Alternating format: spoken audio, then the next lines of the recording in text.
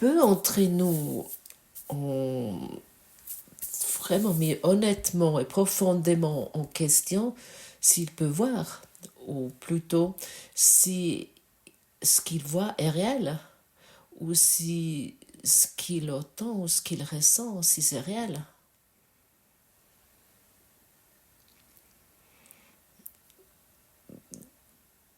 Chaque être humain qui pense normalement part de l'idée que tout ce qu'il voit, c'est totalement réel. Mais bien sûr, je vois ici la vérité. Je vois par exemple l'océan, je vois les arbres, je vois le ciel, je vois la pleine lune, et mon voisin est aussi mon partenaire de vie, ainsi de suite. Et on ne met pas en doute cela. Et le cours nous invite de mettre en question notre perception sur tous les niveaux.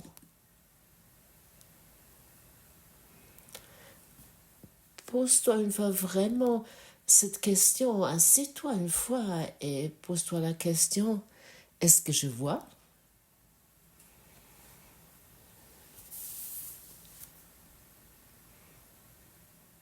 Est-ce que je vois à travers mes yeux physiques?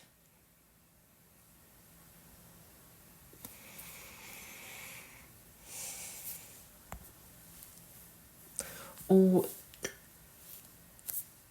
est-ce que ce que je vois est simplement une image que j'ai faite?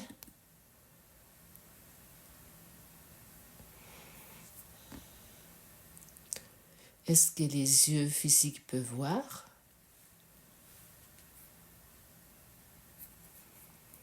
Mais bien sûr, c'est une évidence, nous allons dire. Bien sûr, mes yeux voient. Je vois toutes ces choses autour de moi. Et dans ce cours nous est dit, ce sont des images que nous avons faites. Mes pensées sont des images que nous avons faites.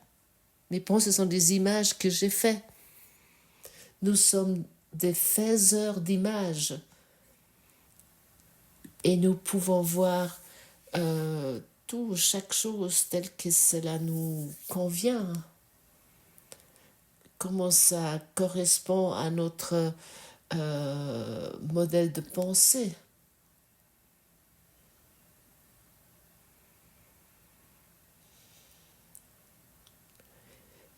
Et nous croyons à notre cerveau, nous faisons confiance à notre cerveau et à nos images que nous voyons la réalité. Comment serait-il si je te dirais que nos yeux ont été faits pour nous garder, pour nous rendre aveugles?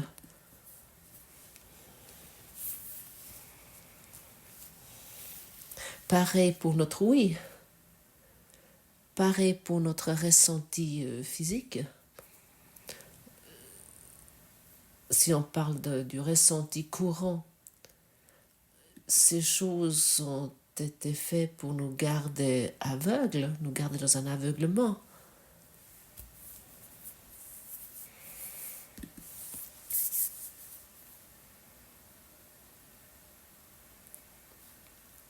Et nous nous maintenons dans l'aveuglement autant que nous croyons à ce que nous voyons.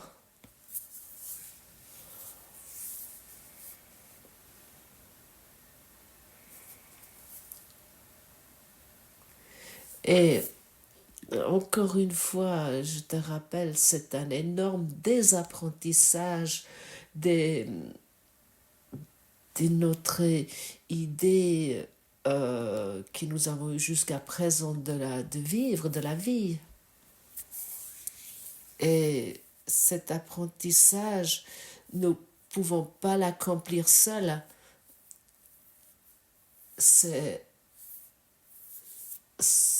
Ça se fait à travers notre esprit guéri qui existe encore, qui est encore en nous. Cela peut uniquement être accompli par notre esprit guéri. Dès que nous abandonnons nos projections, nos notre soi-disant savoir, notre soi-disant vue, nous pouvons être enseignés. Et ça, c'est ce pas décisif de prendre du recul, de céder le pas.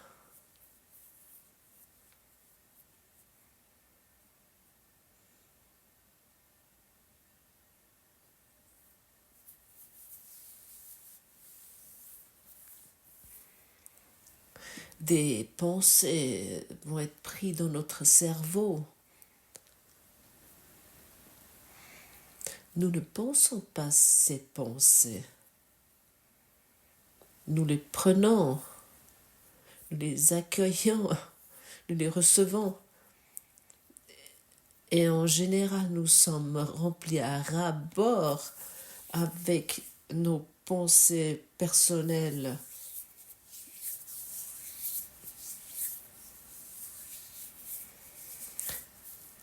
Et dès qu'une pensée est reçue, nous le jugeons en tant que valable ou pas valable, ou en tant que juste ou faux. Ça devrait être ainsi et ça ne devrait pas être ainsi, par exemple. Et lorsque nous décidons qu'une pensée est valable, que nous recevons, cette pensée va être rendue manifeste.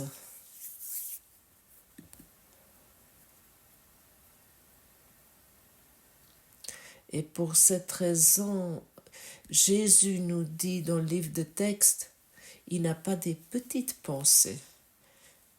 Chaque pensée produit une forme dans une quelconque, peu importe sur quel niveau. Ça produit une manifestation, ça manifeste quelque chose. Et cette manifestation, tu l'expérimentes par exemple comme tu te sens. Tu t'expérimentes par exemple en tant que dépressif ou heureux ou malheureux ou je vais pas si bien. Aujourd'hui c'est une journée, excusez-moi le terme, merdique.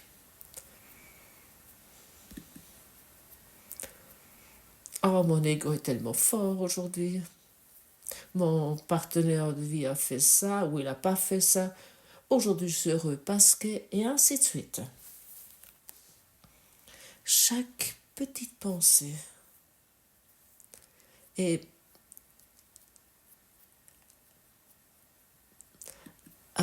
produit d'une forme sur un niveau, peu importe lequel.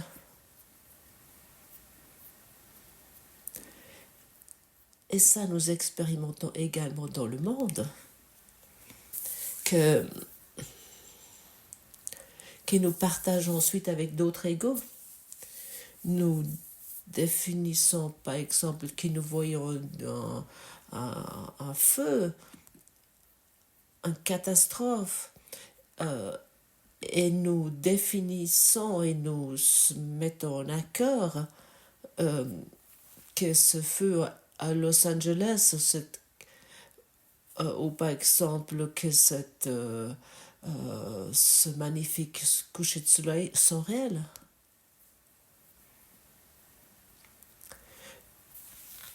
D'une part, nous expérimentons nos pensées personnelles et bien sûr aussi nous les accordons avec d'autres, certaines pensées. Et ainsi, des milliards d'êtres humains peuvent se tromper.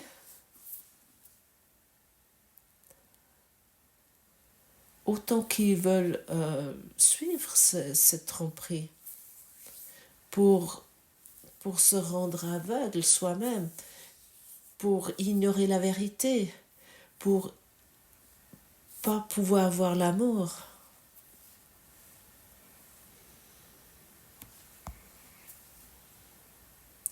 Et parce que nous pensons, nous croyons à une pensée et nous faisons une expérience dans le monde et qui soutient cette pensée, et ainsi nous pensons que notre façon de penser est juste, et nous nous confirmons nous-mêmes l'illusion, nous nous confirmons nous-mêmes notre aveuglement. L'ego est un circuit fermé sur soi-même,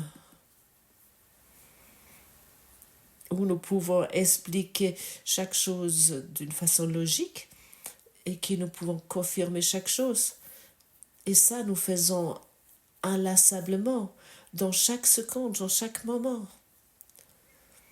Nous croyons savoir pourquoi nous sommes malades, pourquoi nous avons des douleurs, pourquoi quelque chose va de travers, pourquoi la journée a été ratée, ou pourquoi la journée a été aussi belle, ou pourquoi je ne supporte pas mon travail, et ainsi de suite.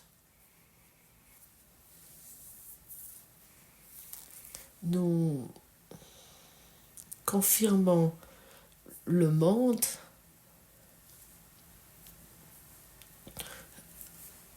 écoute bien, nous confirmons le monde avec les pensées que nous avons prises. Nous confirmons ainsi notre aveuglement. Nous confirmons ainsi l'ego.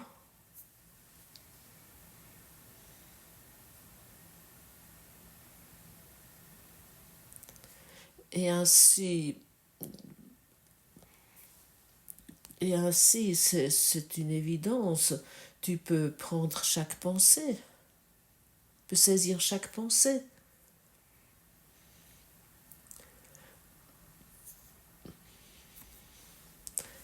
Si par exemple tu as grandi dans un certain système sociétal, dans un certain environnement,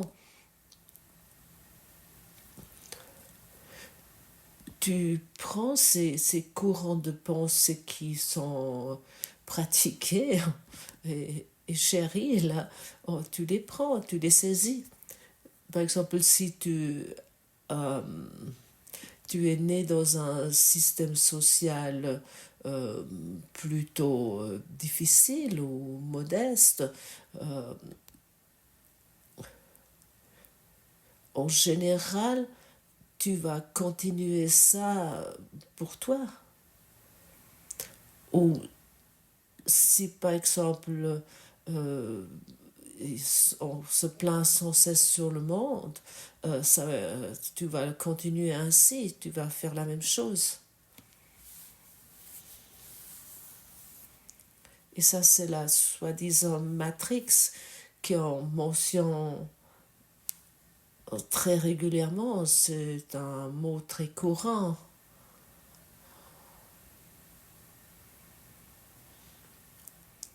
Et ici, nous voulons qu'une fois arriver, nous allons encore être avec le cerveau. Le cerveau ne pense pas. Mais il y a tellement de recherches et des essais scientifiques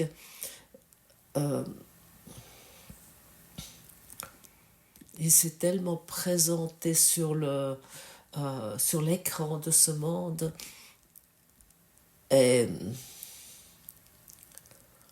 ce cerveau est soutenu avec des images, des explications, comment certaines pensées se reflètent dans certaines régions cérébrales. C'est tellement formidable avec ce cerveau. Mais le cerveau ne pense pas. Le cerveau est aussi stupide qu'un ordinateur.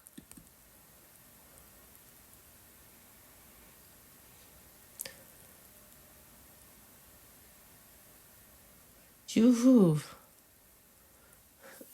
Ça, c'est un chant de louange sur l'intelligence de l'être humain. Et si le cerveau est aussi stupide qu'un ordinateur, et si tu veux, l'ordinateur fonctionne uniquement suite à des touches ou un appui. C'est-à-dire que sur un programme qui est mis en route, à ce moment-là, nous pouvons également parler. Et, et je te demande de t'arrêter un petit moment et d'écouter avec le cœur et pas avec ton système de pensée égotique. Alors nous parlons aussi de ta stupidité. Autant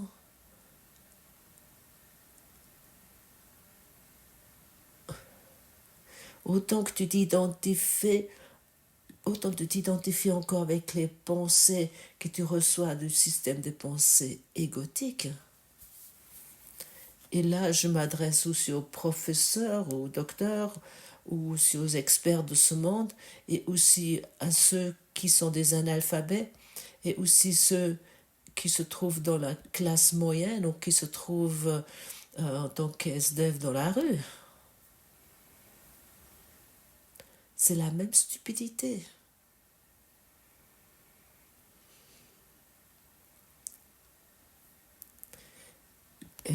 Et puis quelqu'un est dans la capacité de cacher intelligemment sa propre stupidité. Pareil comme sa propre vue. Pardon, dans son propre aveuglement. Nous faisons tout pour cacher notre stupidité. Par exemple, avec un bon diplôme scolaire ou avec un QI très élevé ou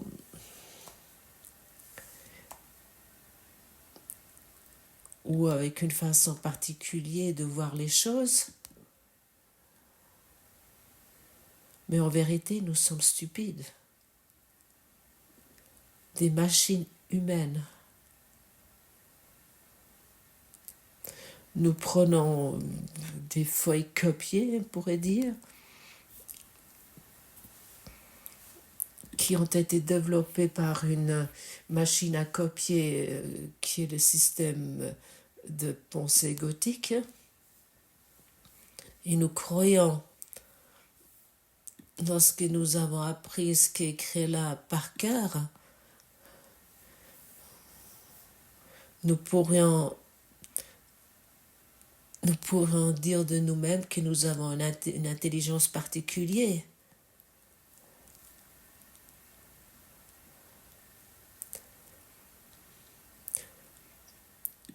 Nous sommes peut-être dans la capacité de saisir plus de pensées ou d'avoir un plus grand vocabulaire. Parce que nous sommes déformés d'une façon, mais ça n'a rien à voir avec l'intelligence. La véritable intelligence vient de la création. La véritable intelligence est l'intelligence de l'amour. Et autant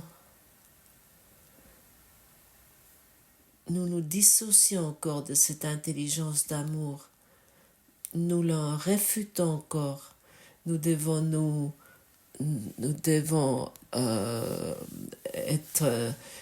devons reconnaître que nous sommes encore stupides. Nous répétons toujours les mêmes erreurs, nous voyons toujours les mêmes images, parce que nous recevons les mêmes pensées, nous expérimentons toujours les mêmes douleurs lorsque quelqu'un fait quelque chose qui ne nous convient pas. Nous nous sentons blessés parce que s'il y a quelque chose qui ne correspond pas à notre modèle de pensée, et ainsi de suite. Mais ça, c'est pas de l'intelligence, ça c'est un déroulement de c'est comme un carrousel d'enfants qui tourne sans cesse, qui tourne sans cesse. Chaque incarnation tourne en rond. Et à ce moment-là, nous développons simplement un nouveau carrousel d'enfants pour enfants, et où nous croyons qu'ils sont particulièrement beaux, où nous pouvons accrocher, par exemple, certains diplômes, ou certains, nous pouvons nous prendre certains traits de caractère que la société accepte en tant qu'intelligent. Et encore une fois, il soit dit, ça c'est de la stupidité.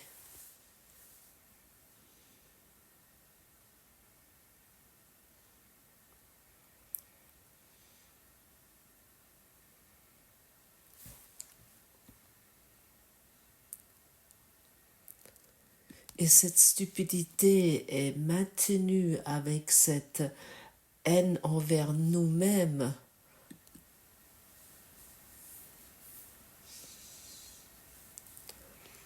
Pour moi, lorsque j'ai reconnu cela, c'était vraiment, cette reconnaissance était très importante pour moi. Parce qu'à ce moment-là, je ne donne plus croyance à mes modèles de pensée stupides.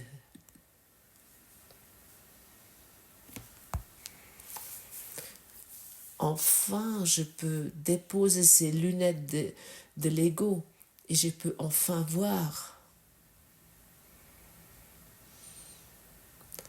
Encore une fois, comme rappel, tes yeux n'ont pas été faits pour voir, mais pour te maintenir dans l'aveuglement. Tes yeux ne peuvent pas voir. C'est ton esprit qui voit. C'est ton esprit qui voit tes images et pas tes yeux. Pour tous ceux qui ont déjà une fois eu une expérience de mort imminente, ils peuvent confirmer cela. Par exemple, le corps avec ses yeux est par exemple sur une table d'opération, et celui qui soi-disant est en train d'être opéré, il peut tout décrire ce qui s'est passé dans cette salle d'opération. Alors qu'est-ce qu'il peut voir? Qui voit? Ou par exemple un accident. Le corps est coincé dans la voiture ou il est couché sur la route. Il y a les médecins d'urgence qui arrivent, il y a les passants qui arrivent. Le corps est ensanglanté sur la route et on constate peut-être que ce corps est mort. Mais celui qui est soi-disant mort, mais l'esprit peut tout observer. Et si il revient, il peut exactement décrire et raconter ce qui s'est déroulé, tout ce déroulement. Il y a assez de personnes, assez d'exemples concernant ça. Et pour cette raison, les morts ne sont pas morts. L'esprit est encore là qui peut observer ça. Alors où devraient être les morts? Et toi, tu es un esprit.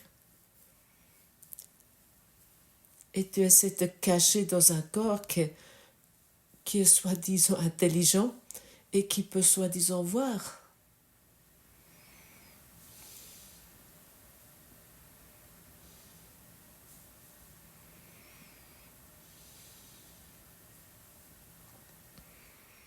Lorsque mon père est décédé, et À un moment donné, les pompes funèbres sont arrivées pour prendre mon père depuis sa maison. Il l'emportait depuis la maison. Ma mère, elle a bien sûr observé cela. Elle était en même temps très ouverte, mais en même temps plein de larmes. Et puis elle pouvait plus s'identifier avec ce monde. Et puis lorsque ils l'ont pris et puis elle a vécu avec lui, je ne sais pas exactement, mais je pense 60 ans, elle était ensemble avec tous les hauts et les bas qu'ils ont vécu. Et elle a vu quelque chose très clairement, elle m'a raconté ça plus tard, comment son mari l'appelait, il a dit laisse-moi ici,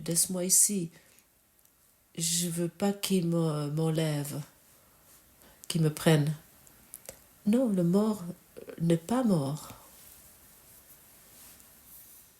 Et si nous sommes ouverts, si nous sommes vraiment ouverts, nous allons reconnaître cela. Il n'y a pas de mort, il y a simplement, il n'y a que la vie. Et toi, tu es maintenant la vie qui s'imagine de voir une réalité qui est limitée.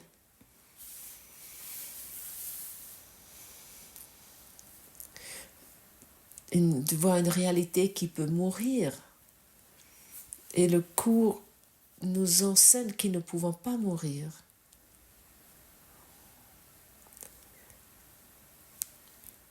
Et il nous enseigne aussi que nous ne voulons plus croire plus longtemps à notre aveuglement, à nos images que nous avons faites. Nous ne voulons plus croire à cela, le cours nous enseigne également. C'est intéressant lorsque je parle ici, mon père physique m'est très proche et il est à mes côtés et puis il me dit oui c'est vrai, il n'y a pas de mort. Et ainsi il écoute ici aussi. Lorsque nous nous ouvrons en tant qu'enseignants de Dieu, nous n'enseignons pas que les soi-disant vivants, mais aussi les soi-disant morts. Nous enseignons chaque esprit. Et chaque esprit peut s'orienter après nous. Et maintenant, mon père est totalement présent. Et il y a tellement de guérisons qui se passent exactement en ce moment lorsque je parle avec toi. Il n'y a pas de peur, il n'y a pas de désespoir, il n'y a rien. C'est ainsi. Et ainsi, les soi-disant morts vont se rappeler avec toi en tant qu'enseignant que tu te développes, en tant que guérisseur guéri que tu te développes. Et tout le monde, chaque esprit va se souvenir avec toi qu'il y a uniquement la vie éternelle et que nous devons abandonner notre aveuglement.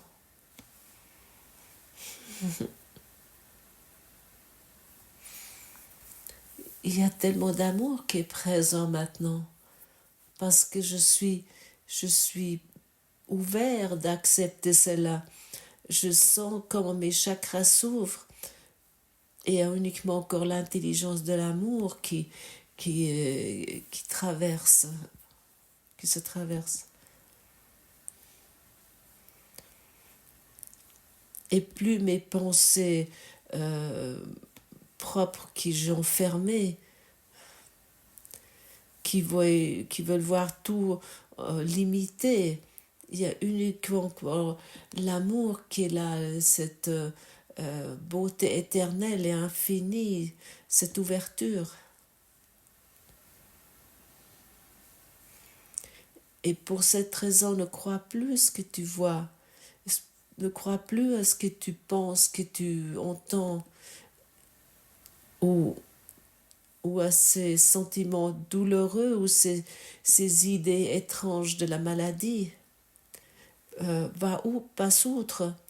Ça, c'est des images que tu as faites, c'est des images que nous pouvons abandonner.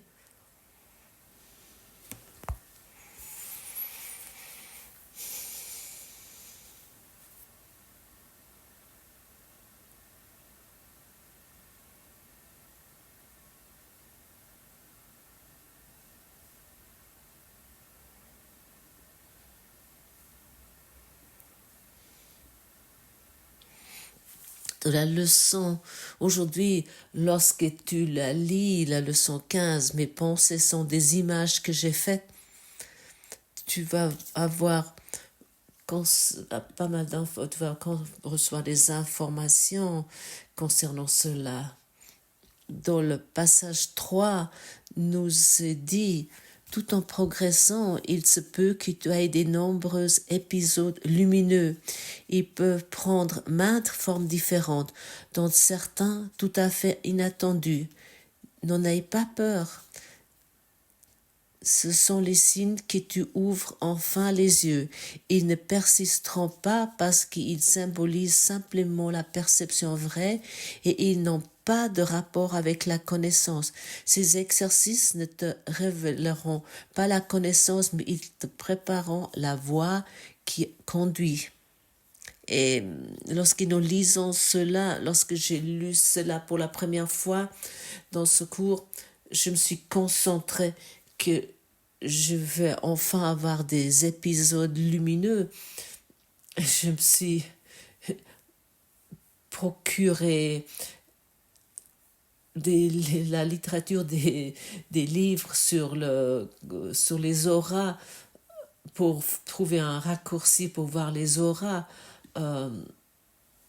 Et puis ensuite, que je peux me confirmer, oui, je suis un peu illuminée.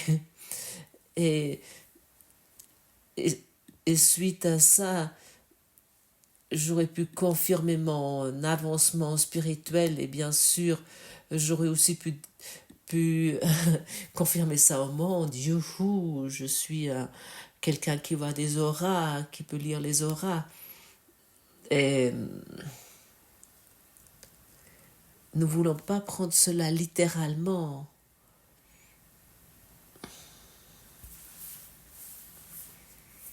Chaque perception est finalement irréelle et nous voulons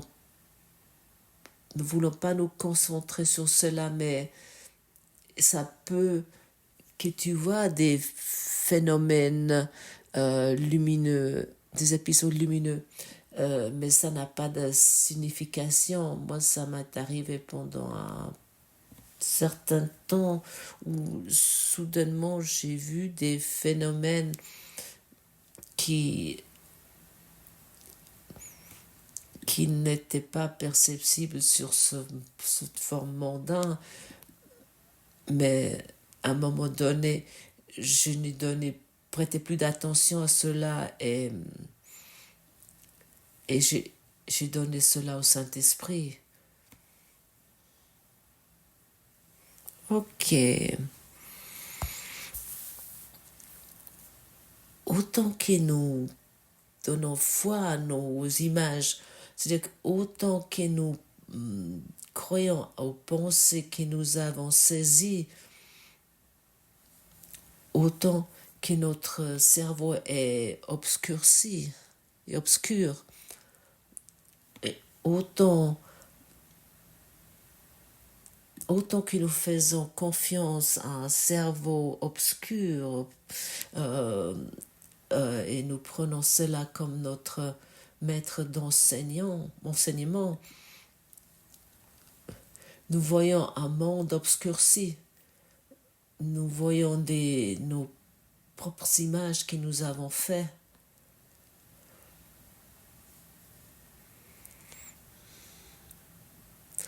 Et si nous donnons plus de croyance à, à, à nos images, parce que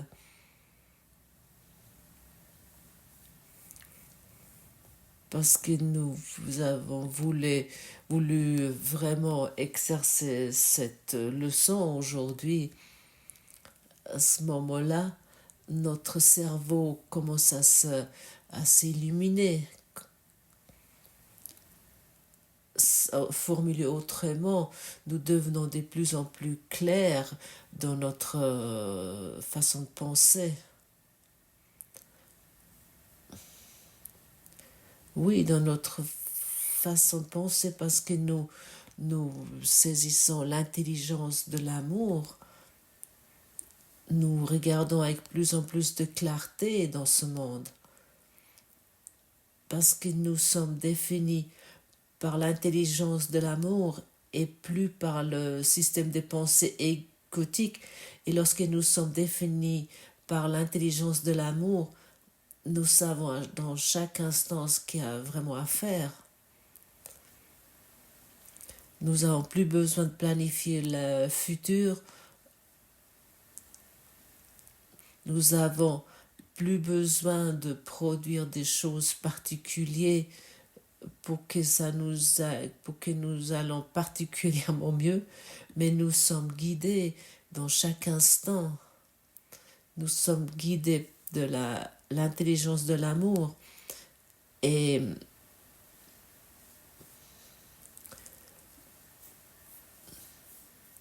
oui, plus de pensée de l'intelligence de l'amour que nous saisissons, plus que notre cerveau devient clair. Et si tu as peut-être écouté ici, et lorsque je parle de l'intelligence de l'amour dans ton cerveau, peut-être tu sens un petit picotement sur ta tête.